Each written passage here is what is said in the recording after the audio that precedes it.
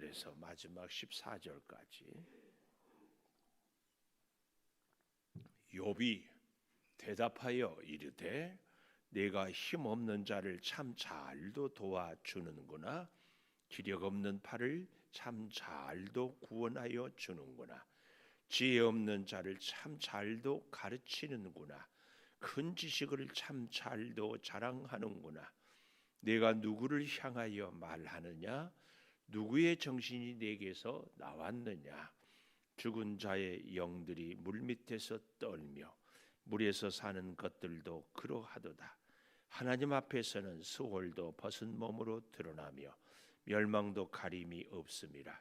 그는 북쪽을 허공에 펴시며 땅을 아무것도 없는 곳에 매다시며 물을 빽빽한 구름에 싸시나 그 밑에 구름이 찢어지지 아니하느니라. 그는 보름달을 가리시고 자기의 구름을 그 위에 펴시며 수면의 경계를 그으시니 빛과 어둠이 함께 끝나는 곳이니라. 그가 꾸짖어진즉 하늘 기둥이 흔들리며 놀랐느니라. 그는 능력으로 바다를 잔잔하게 하시며 지혜로 라합을 깨뜨리시며 그의 입김으로 하늘을 맑게 하시고 손으로 날렵한 뱀을 무찌르시나니 보라, 이런 것들은 그의 행사의 단편일 뿐이요 우리가 그에게서 들은 것도 속삭이는 소리일 뿐이니 그의 큰 능력의 우레소리를 누가 능히 헤아리랴. 아멘. 오늘 또 새벽을 깨우는 순간 너는 하나님의 보석이다, 보석이다. 엄지척 변함없이 새벽 제단을 지키는 권사님, 하나님의 보석입니다, 보석입니다, 보석입니다. 이 모든 것이 주님의 은혜입니다. 아멘, 아멘, 할렐루야, 아멘.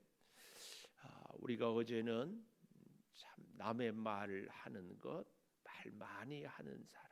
그래서 3단계로 말씀을 우리가, 첫째는 말이 많은 사람, 두 번째로는 한 얘기 또 하는 사람, 거기다가 남의 허물을 얘기하는 것. 욥의 세 친구들이 그러했다. 여기에 대해서 욥이 지금 대답을 합니다. 그래서 욥의 이 26장의 주제, 오늘 제목은 하나님은 모든 것을 통치하신다. 다 아는 제목이지만, 잘 아는 진리지만 다시 이것을 욥은 그 모든 너희들의 욥의 친구들이 욥에게 너의 모든 고난은 죄 때문이다. 거기서 한 발짝도 더 나가지 아니하고 한 얘기 또 하고 이 사람이 하고 저 사람이 하면서 욥에 대해서 허물을 자꾸 공격하고 있는 이 얘기에 대한 답입니다. 그래서 오늘 여기 2절에 보면 이렇게 얘기하잖아요. 참 잘도, 여러분 펜이 있으면 몇 번 나오는가 이렇게 좀 동그라미를 해보면 2절에 보십시오. 내가 힘없는 자를 참 잘도, 참 잘도. 또 2절 하반절에도 참 잘도, 3절에도 참 잘도, 지식을 참 잘도, 이 거듭 참 잘도. 이 부가 의문문은 사실은 강한 부정.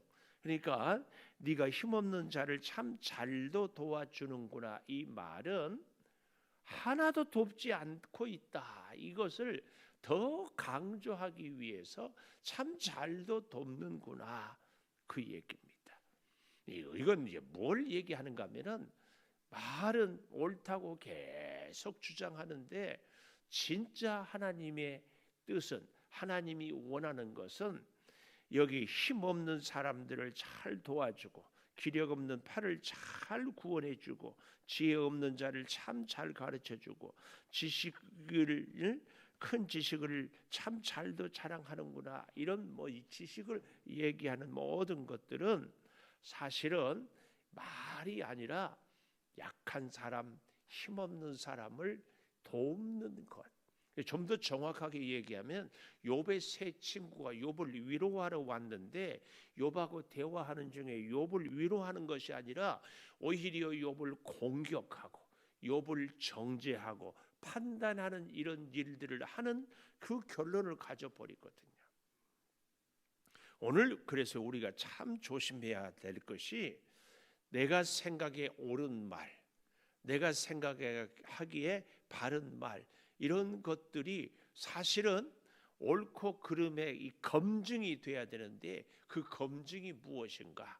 사람을 살리고 약한 자를 힘을 얻게 하고 부족한 자를 돕는 이런 말이 옳은 말. 그래서 어제 제가 이 옳은 말보다 더 중요한 말이 살리는 말이다, 이 말씀을 우리가 나누지 않았습니까? 그러니까 오늘 욥도 욥의 친구들에게 아니 좀 더 구체적으로 오늘 여기 26장 2절에는 너 이렇게 단수로 하는 것은 빌닷이 그냥 짧게 얘기하는데 또다시 반복하는 여기에 대해서 네가 힘없는 자를 도와주는 것이 무엇 있느냐? 누구 한 사람이라도 도와준 적이 있느냐? 기력 없는 손팔을 참 잘도 끌어서 당겨서 이렇게 건져내 준 적이 있느냐? 그게 있느냐? 또 지혜 없는 자를 하나님의 지혜로 잘 가르쳐 보았느냐? 그러니까 욥의 친구들이 욥을 공격하고 한 얘기 또 하고 이 사람이 얘기하고 저 사람이 얘기하는데 이 친구들로 하여금 욥 자신에게도 위로가 되지 않을 뿐만 아니라 너희들의 생애에서 지금까지 이렇게 돕고 살리고 구원하고 산 적이 있느냐? 이 얘기입니다. 이 얘기. 오늘 우리도요 믿음 생활하면서 참 조심스러운 것이 바로 이 부분입니다. 오늘날 우리 한국 교회 안에 교단들이 많이 나뉘어지는 것 중에 바로 이런 부분들, 내가 믿는 하나님이 절대 옳고 나의 신앙이 바른 신앙이다. 그래서 전통 혹은 정통 혹은 보수 이런 신학들이 사실은 참 좋은데 동시에 위험해요. 오직 말씀으로 사는데 그 기준에 자기가 생각하는 기준에 벗어나면 진리에서 벗어났다고 생각하기 때문에 그렇습니다. 그래서요 저는 늘 우리 목사들 또 신학교 교수들 예수를 오래 믿는 성도들이 늘 조심해야 될 부분이 바로 이런 부분이에요. 내가 믿는 하나님, 좀 더 정확하게 내가 아는 하나님, 내가 경험한 하나님이 절대인 것처럼. 그래서 오늘 본문 마지막 14절에는 결론을 그렇게 내려요. 보십시오. 14절. 보라, 이런 것들은 그의 행사의 단편일 뿐이요 하나님이 행한 많은 이적들은 한 가지 한 가지 그 단편일 뿐이요 우리가 그에게서 들은 것도 속삭이는 소리, 아주 작은 한 부분의 소리일 뿐이니 그의 큰 능력에 우레소리를 누가 능히 헤아리랴. 이 얘기는 크신 하나님을 우리 사람들이 아무리 안다고 하지만 지극히 일부분에 불과하다. 이걸 지금 욥은 또 얘기하고 있다. 그 말씀입니다. 그런데 이렇게 14절에 이 지극히 한 부분이다 얘기하면서요 하나님에 대하여서 자 하나님은 모든 것을 통치하시는 분인데 그 하나님 앞에서 우리가 하나님의 뜻이라고 말하는데 2절, 3절, 4절은 하나님의 정신으로 우리로 말하면 하나님의 스피릿으로 진짜 네가 말하고 있느냐 이걸 얘기합니다. 아무리 네가 옳은 말이라 해도 구원하고 살리고 보살피고 힘이 되지 못하다면 그것은 참 하나님의 진리가 아니다. 그런가 하면 두 번째로 이 전능하신 하나님 5절 이하에서 10절까지 보십시오. 그 전능하신 하나님은 어디까지도 그 내용에 보면은 6절에 수올도 벗은 몸으로 드러나며 멸망도 가림이 없다. 이건 뭐예요? 지옥까지도 하나님이 다스리신다. 우리 예수님이 우리 온 인류를 위하여서 죽으시고 음부에까지 내려가서 그러나 하나님은 거기서 그 예수님을 건져 올리시는, 그리고 지금 우리가 이 욥기가 시작되는 것도 하나님의 천국 어전회의 때 사단이 와가지고 사단과 하나님이 대화하는 중에 욥을 시험해 보자, 그래서 생긴 고난 아니겠습니까? 이런 걸로 미뤄보면 하나님은 그 어디도 통치하지 못하시는 곳이 없다, 그 얘기입니다.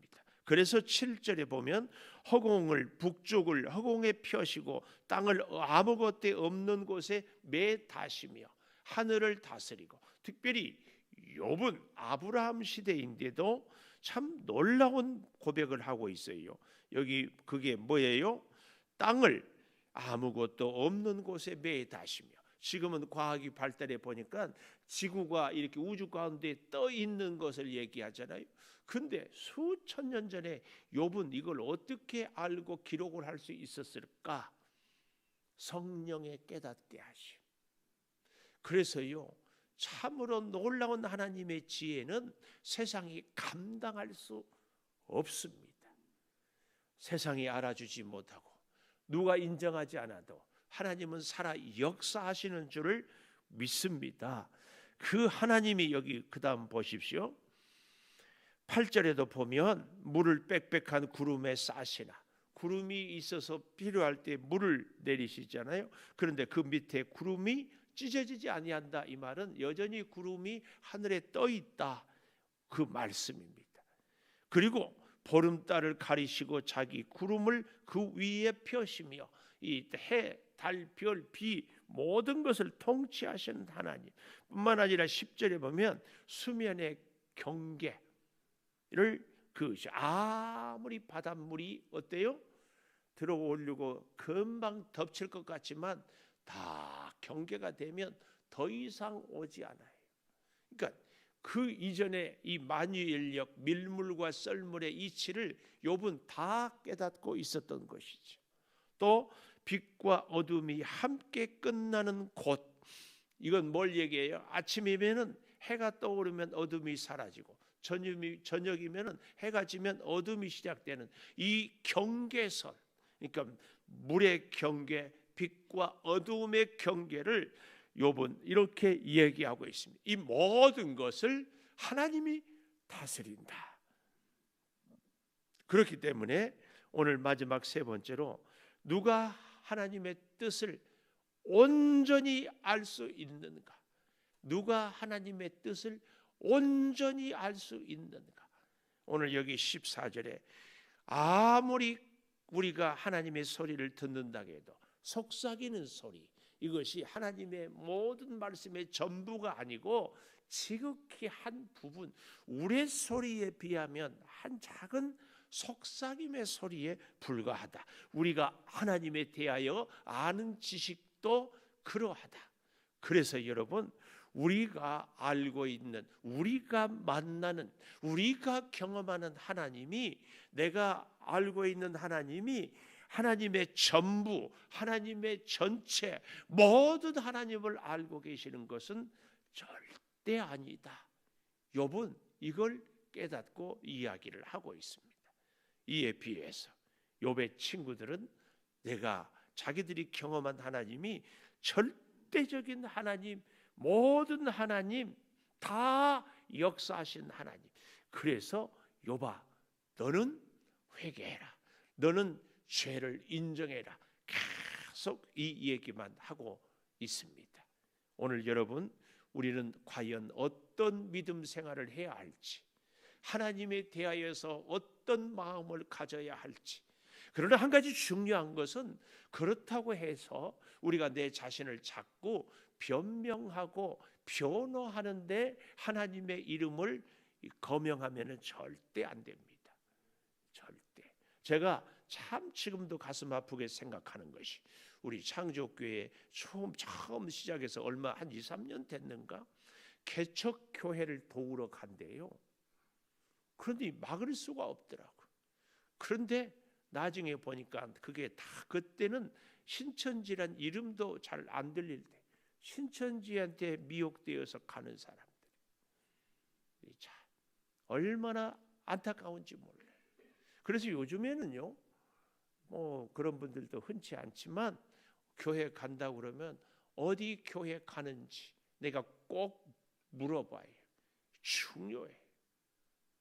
우리가 다 알 수 없기 때문에 성도 여러분, 그래서 목사하고 의논하고, 저도 모르면 또 저보다 더 잘 아는 분들하고, 그래서 함께 하나님에 대하여서, 하나님의 참된 말씀의 진리에 대하여서 깨닫고 알고 순종하고, 깨닫고 알고 순종하는 그 열매가 뭐예요? 오늘 여기 2절에서 욥이 이 반대적인 의문문으로 질문했다. 도와주고 힘을 주고 지혜를 가르치고 지식을 알게 해주는 것, 이것이 참된 하나님의 깊은 가르침이다.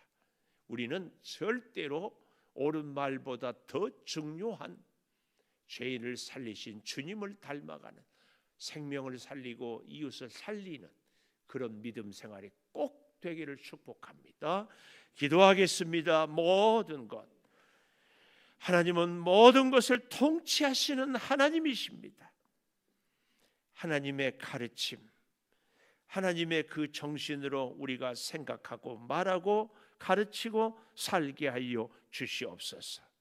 하나님의 지식이 아닌 것을 자꾸 내 주장을 옳다고 하기 위하여서 하나님의 이름을 거명하는 우리들이 되지 않게 하여 주시옵소서. 내가 알고 있는 경험과 지식과 믿음이 완전하지 않음도 인정하게 하여 주시옵소서. 수월까지도 감찰하시고 다스리시는 하나님, 빛과 물의 경계, 어둠의 경계도 다 깨닫고 역사하고 이루어 가시는 하나님, 누가 능히 하나님의 뜻을 다 알 수 있겠습니까? 오직 생명을 살리는 그 하나님의 사랑을 우리도 본받고 사람을 살리는 아름다운 역사가 계속 되어지게 하여 주시옵소서. 사랑하는 성도들에게 신령한 하늘의 은혜와 지혜를 한 걸음 한 걸음 베풀어 주시기를 원하옵고, 지금은 우리 주 예수 그리스도의 은혜와 아버지 하나님의 무한하신 사랑과 성령의 감화 감동하심이 영원토록 함께 하시옵기를 간절히 축원하옵나이다. 아멘. 기도하십시다.